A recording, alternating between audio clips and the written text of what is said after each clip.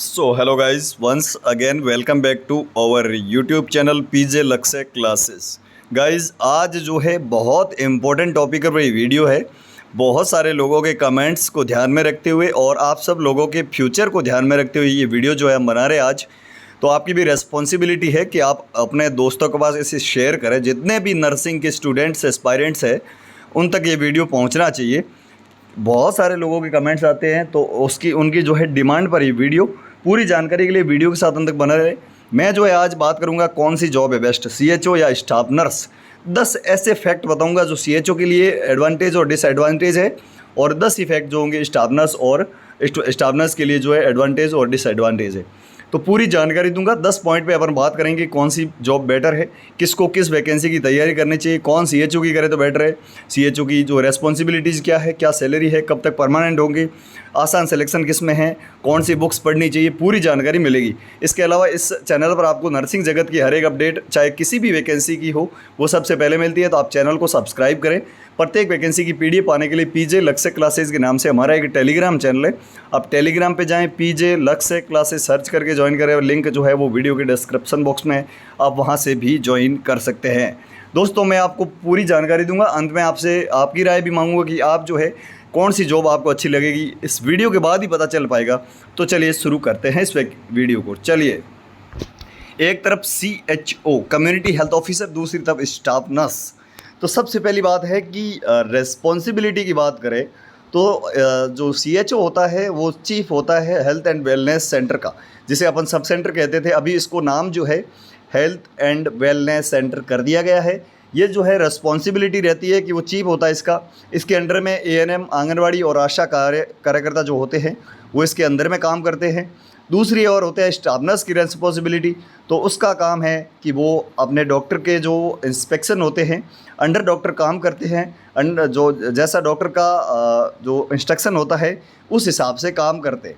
दूसरी बात है कि वर्कलोड की बात कर लेते हैं।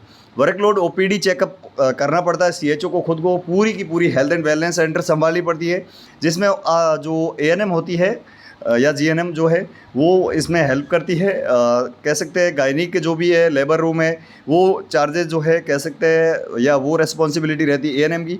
बाकी ओपीडी चेकअप करना पड़ता है सीएचओ खुद को, एज ए डॉक्टर काम करता है वो हेल्थ एंड वेलनेस सेंटर पर। फिर स्टाफ नर्स की है, तो स्टाफ नर्स की जो वर्कलोड होता है वो होता है डॉक्टर ने जो काम उनको दिया, या सीनियर जो होते हैं उन्होंने काम जो दिया, या वार्ड इंचार्ज जो होते हैं उन्होंने जो काम दिया, इंस्ट्रक्शन दिए, वो काम करना। ठीक है, यानी कि बर्डन जो है सीएचओ का थोड़ा सा ज़्यादा है। डे ड्यूटी करनी पड़ती है, यानी कि सीएचओ जो है इनमें ड्यूटी की बात करें तो सीएचओ की सिर्फ और सिर्फ डे ड्यूटी लगती है, मतलब दिन में ड्यूटी लगती है। ठीक है, स्टाफ नर्स बनोगे तो डे और नाइट दोनों में ड्यूटी आपको करनी पड़ेगी। पूरी जानकारी दूंगा, अलग अलग पॉइंट पूरे के पूरे मैं तैयार करके लाया हूँ आप सबके लिए। बहुत ज़्यादा जो है मेहनत करके हमने जो है पूरे के पूरे रिसर्च करके ये वीडियो बनाया है। तो सीएचओ जो है वो डे ड्यूटी करेगा, सिर्फ और सिर्फ डे ड्यूटी। ठीक है, उसकी रेस्पॉन्सिबिलिटी है। और बात करें स्टाफ नर्स की तो उसको डे नाइट इवनिंग मॉर्निंग सारी ड्यूटियाँ करनी पड़ेगी। अब बात करते हैं, मतलब सारी में से कोई भी एक या दो। नेक्स्ट है किसको जो है सीएचओ की तैयारी करनी चाहिए और किसको जो है स्टाफ नर्स की तैयारी करनी चाहिए।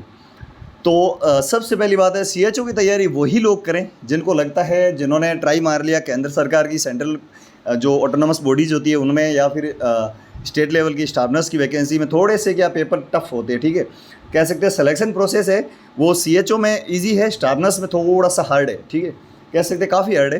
तो बात करें ओल्ड जो भी एस्पायरेंट हैं जिनको लगता है कि अपन ने स्टाफ नर्स के लिए बहुत ट्राई मार ली, तो उनको जो है कम मेहनत में यदि जॉब लगना है तो आप सीएचओ की तैयारी करें। ठीक है, इजी क्वेश्चन हिंदी में क्वेश्चन पेपर आता है, साथ ही साथ इतने ज़्यादा डीप में क्वेश्चन आपको नहीं पूछे जाते। फ्रेशर जो होते हैं, न्यूकमर्स जो होते हैं, उनके पास बहुत बड़ा जो है मौका रहता है कि वो स्टाफ नर्स की तैयारी करें। मेरी यही सलाह है कि आप स्टाफ नर्स की तैयारी करें। जो भी न्यूकमर्स है वो बड़ी बड़ी अच्छी जो नॉर्सेट वगैरह है, ईएसआईसी, डीएसएसएसबी, आरआरबी या फिर पीजीआई हो, अलग अलग जो भी बढ़िया जो आपके ऑटोनमस बॉडीज़ है उनमें आप तैयारी करें। सेंट्रल गवर्नमेंट हॉस्पिटल है, डिस्ट्रिक्ट हॉस्पिटल, उनकी आप तैयारी करें। ठीक है, स्टाफ नर्स को डिस्ट्रिक्ट हॉस्पिटल हो, सीएससी हो, पीएससी, उस पर काम करना पड़ता है, जबकि सीएचओ जो है एसडब्ल्यूसी भी काम करता है। ठीक है, अब आ जाते हैं नीचे सैलरी। तो सीएचओ की फिक्स्ड सैलरी 30,000 और 40,000 के बीच में रहती है। 25,000 सैलरी लगभग और 15,000 का इंसेंटिव, 30 से 40 के बीच में जो है इसकी फिक्स सैलरी रहेगी। और बात करें स्टाफ नर्स की तो स्टाफ नर्स में कुछ ठेके पर लेते हैं, उनमें तो जाइएगा ही मत दोस्तों, क्योंकि ठेकेदार जो होते हैं आपका यूज़ करके आपको छोड़ देंगे। तो आप जो है गवर्नमेंट की जो परमानेंट वैकेंसी हो, चाहे गवर्नमेंट की तरफ से NHM के थ्रू कोई भी वैकेंसी हो, चाहे वो कॉन्ट्रैक्ट बेसिस की हो, उस पर आप थोड़ा फोकस ज़्यादा करें। इसमें जो है नॉर्मली सबसे कम सैलरी रहती है ठेके वालों की, और परमानेंट यदि आप बढ़िया सी सेंट्रल हॉस्पिटल में लग जाते हो तो आपको 90,000 तक की सैलरी मिल सकती है। मतलब सैलरी डिफरेंस बहुत ज़्यादा, 20,000 से 90,000 इसमें मिलते हैं, 30 से 40 के बीच में CHO को मिलते हैं, ठीक है। अब बात करते हैं परमानेंट कब तक हो जाते हैं CHO और स्टाफ नर्स।